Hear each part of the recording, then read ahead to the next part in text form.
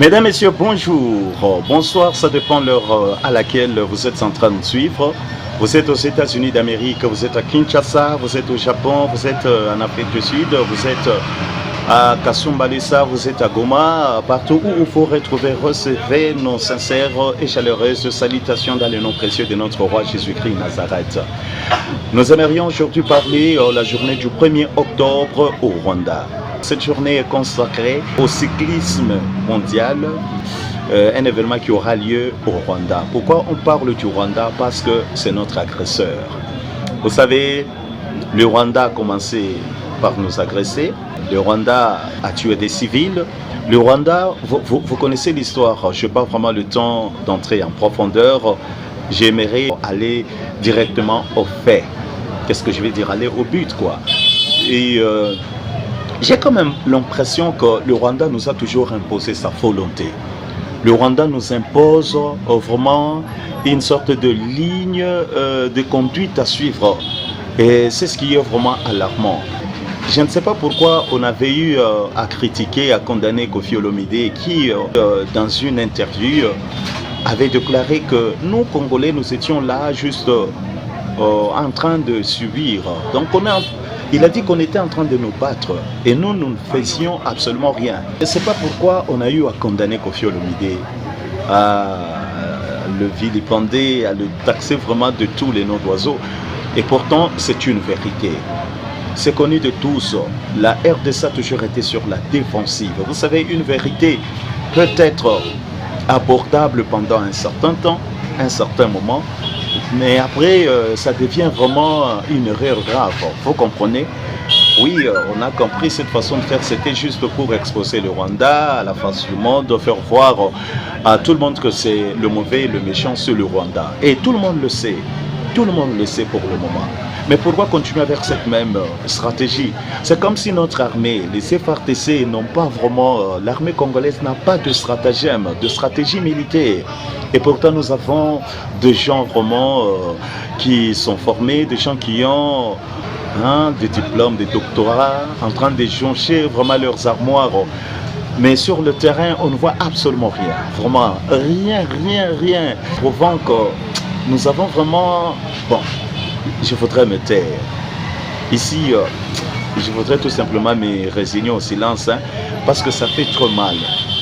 En bref, notre armée n'a pas de stratégie, apparemment. Bon, c'est bien de bombarder. Bon, ça c'est un exemple parmi tant d'autres. On peut mener des bombardements. Mais pour quel but? Vous bombardez, vous restez toujours sur la défensive. Mais c'est du autre. Vous ne savez pas récupérer, avancer. Écoutez, on a toujours dit que la guerre n'est pas seulement une affaire d'armes, mais de stratégie. Vous pouvez avoir des armes sophistiquées, mais si vous manquez de stratégie, vous n'allez pas gagner cette guerre. Apparemment, c'est comme si et les militaires et les hommes politiques, donc tout le monde, nous sommes en train d'attendre le deal, la signature du deal États-Unis-RDC pour qu'il y ait la paix. Non, vous savez, même celui-là sur qui nous semblons vraiment placer notre confiance, Trump, dans une de ses interviews que j'avais suivies, il avait déclaré qu'aucun pays dans ce monde n'a eu à gagner la guerre tout en étant sur la défensive. C'est une erreur grave pour notre armée, une erreur grave pour notre pays. On est toujours sur la défensive.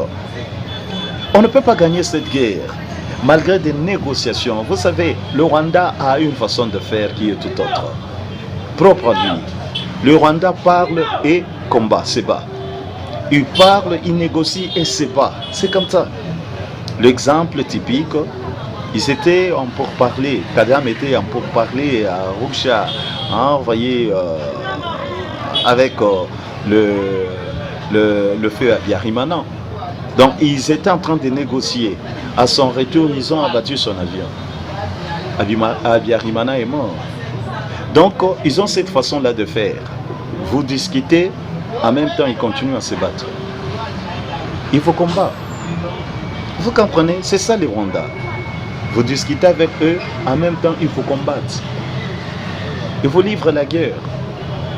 Vous comprenez?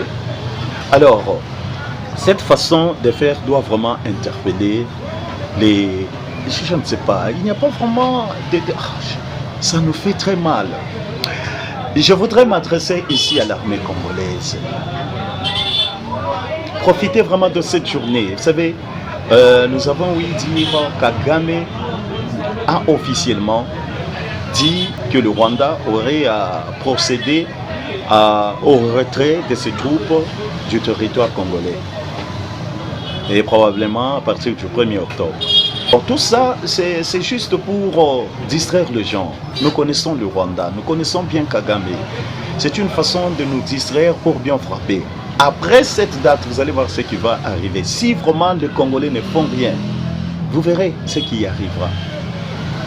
Il fait ça juste pour attirer l'attention du monde entier, faire voir à l'humanité qu'au Rwanda, tout est calme, c'est un pays organisé. C'est pourquoi ils font cette histoire-là du cyclisme. Et pendant ce temps-là, ils déclarent le cessez-le-feu. Nous savons que le Rwanda n'a jamais respecté un quelconque cessez-le-feu. Hein, vous comprenez? Pourquoi cette fois-ci? Parce qu'il sait qu'il va de son intérêt. Il cherche à se laver, hein, voyez, à laver son image qui a été ternie, hein, vous voyez. Parce que tu sais qu'il a fait mal vraiment au Rwanda, vous devez le savoir. Il l'a exposé. Alors il cherche à se laver, hein, vous voyez, à blanchir son blason, hein, sur la face, comment devant la face de l'humanité tout entière.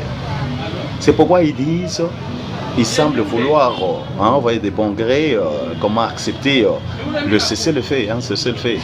Hein, vous voyez, donc, moi je trouve ça comme une stratégie pour bien frapper. Parce que ce pays est contre mur. Le Rwanda est par terre.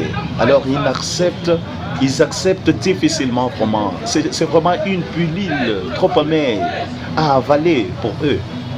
Ils n'acceptent pas. Ils ne savaient pas que ça pouvait aller jusqu'à ce niveau. Alors après cette date, vous allez voir ce qui va arriver. Ça, c'est une analyse que je fais moi personnellement. Et je sais que c'est une vérité vraiment. Et c'est ce qui va arriver. Le 1er octobre, passé cette date, vous allez voir ce qui va arriver. Si vraiment les Congolais ne font rien, le gouvernement congolais, l'armée congolaise, si vraiment nous ne faisons rien, on que nos yeux pour pleurer, je vous dis la vérité, nous allons pleurer encore. S'il vous plaît, faites quelque chose. Chers militaires, profitez de ce temps. Vous avez peur de la communauté internationale? Le Rwanda n'a jamais eu peur de la communauté internationale. Qui est Kagame pour nous faire... Écoutez, Kagame nous agresse, nous tue, bombarde nos camps de déplacés. Vous voyez, cette situation, je ne sais même pas en parler, vous connaissez vous-même, parce que ça va me prendre temps vraiment inutilement. Combien de gens sont vraiment en déplacement, loin vraiment de leurs habitations? Les personnes de 3e âge sont mortes comme ça, par le fait là de se déplacer. Ils sont dans ce village. Après 3 ou 4 jours, le village tombe comme les autres. Ils prennent la direction d'un autre village. Là, ils arrivent quelques heures, les rebelles les atteignent. Ils sont obligés de fuir. Pendant combien d'années? 300 maintenant. Et vous acceptez des choses comme ça? Tout ça, c'est Kagame. Kagame a fait ça. Il n'avait peur de personne. C'est vous qui avez peur de la communauté internationale. Mais montez des stratégies. Profitez pendant ce temps. Parce que l'armée congolaise et rwandaise se concentre maintenant à l'intérieur du Rwanda pour sécuriser cet événement. Mais profitez de cette histoire. Frappez fort. Récupérez Bukavu. Récupérez Goma. Après, on va continuer avec ces putains de négociations. Hein? Bien aimé. Ça, c'est un conseil que je donne à nos militaires. Nous vous aimons. Nous vous aimons, nous sommes derrière vous. Vous êtes notre espoir. C'est vous l'armée que nous avons.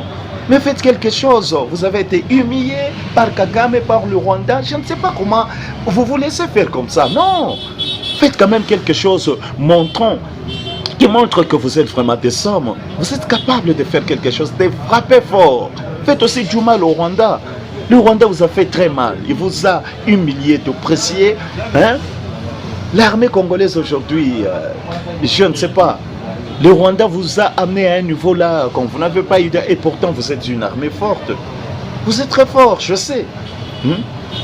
Changez la donne, s'il vous plaît. Profitez de cet événement et faites quelque chose qui va faire du mal au Rwanda. Je vous aime. Je vous aime. Merci.